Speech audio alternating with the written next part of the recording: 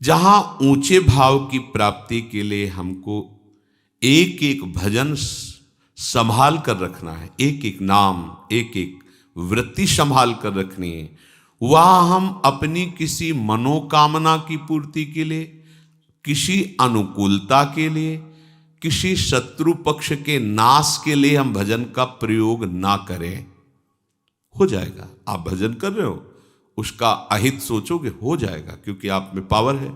लेकिन वो भजन की ऊर्जा शक्ति किस लिए आपने संचय की है? अपने लक्ष्य की प्राप्ति के लिए। आप भजन कर रहे हैं, कामना करोगे, अनुकूलता की मांग करोगे, हो जाएगा। जो इच्छा करी हो मन माही, हरि प्रसाद कछ दुर्लभ नहीं। पर आपने बेच दिया अपने भजन को, फिर आपके पास रह क्या गया?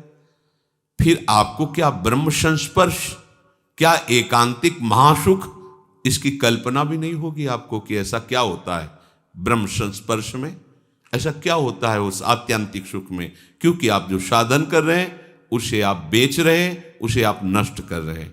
संभालिए अपने साधन को। हमें अपने भजन शक्ति की, ऊर्जा शक्ति की रक्षा स्वयं करनी है। क्या? किसी का अहित नहीं, किसी का अमंगल नहीं, किसी का बुरा नहीं, ना करना है, ना बुरा बोलना है, ना बुरा सोचना है। दूसरी बात, अपनी कामना की पूर्ति, अपनी अनुकूलता की मांग मुझे नहीं करनी है, मुझे अपना भजन नहीं बेचना है। अब क्या होगा? आपका आराध्य देव सब संभाल लेगा। आपको कुछ करने की, आप कामना करेंगे तो आप अपने भजन के ठेकेदार बन गए, और आप प्रभु के आश्रित हैं तो उन्होंने आपके भजन को सुरक्षित भागवतिक बैंक में जमा कर दिया। अब व्यवस्था सरकारी आपकी होगी, समझिए, सरकारी व्यवस्था है उसमें। जब तक आप ठीक से भगवद आश्रय नहीं लेते तो इस संसार को तुम ऐसा समझो जैसे वो मॉल कहते हैं, मॉल जिसमें वो टोकरी में सामान रखा जाता है, क्या कहते हैं? मॉल है। हाँ, वो ऐसी दुकान जहां जो मनावे से उठा के अपनी टोकरी में डाल लो। फ्री नहीं है, वहां तुम्हें कोई नहीं बोलेगा महंगी से महंगी डाल लो, हिसाब वहां पर होगा। और हिसाब नहीं तो सामान छीन ली जाएगी, धक्का मार के बाहर कर दिया जाएगा। ये संसार में ऐसा मत समझना कि हर चीज फ्री है, हिसाब देना होगा सबका। हाँ, अगर सरकारी पास हो गया है फिर कोई बात नहीं। सरकारी पास मन वचन कर्म से प्रभु के अधीन होकर सारी चेष्टाएं अपने प्रभु के लिए करता है। अब उसका भरण पोषण सरकारी हिसाब से होगा, वो भागवती के हिसाब। उसको ये नहीं कि अब उसको उसका भजन कटेगा, नहीं, वो सरकारी हिसाब है, अब वो भागवतिक हिसाब से चलता है। तो उपासक पूर्ण समर्पण होने तक ये सावधान रहे कि अपने भजन को खर्चा ना करे, बेचे ना। दो बातें, खर्चा होता है दूसरे का अनिष्ट अमंगल करने पर, और बेचना होता है अनुकूलता लेने पर, कामनाओं की पूर्ति पर। बहुत सुंदर बात। अगर आपको भजन साधन करने पर आनंद की अनुभूति नहीं हो रही तो आप अपने भजन को खर्चा कर रहे हैं, बेच रहे हैं। बंद करो ये खर्चा करना और बेचना।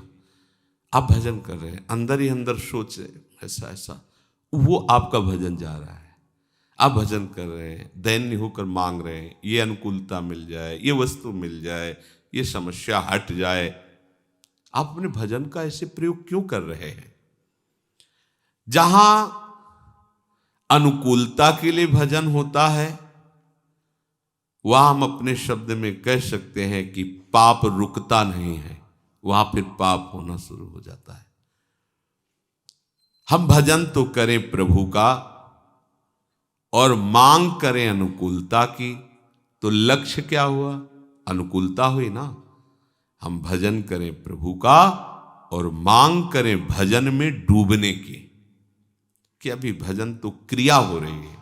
ऐसा समय कब आएगा जब ये भजन डूब करके होगा, डूब कर कोई बाह्य स्मृति नहीं, रूप छके घूमत रहें, तन को तनिक न भान, यह डूबना।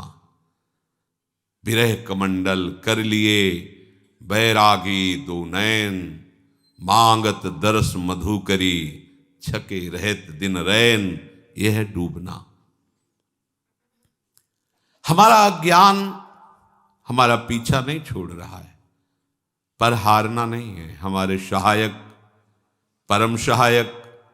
परम उदार, परम करुणाकर, वात्सल्य समुद्र प्रियालाल है।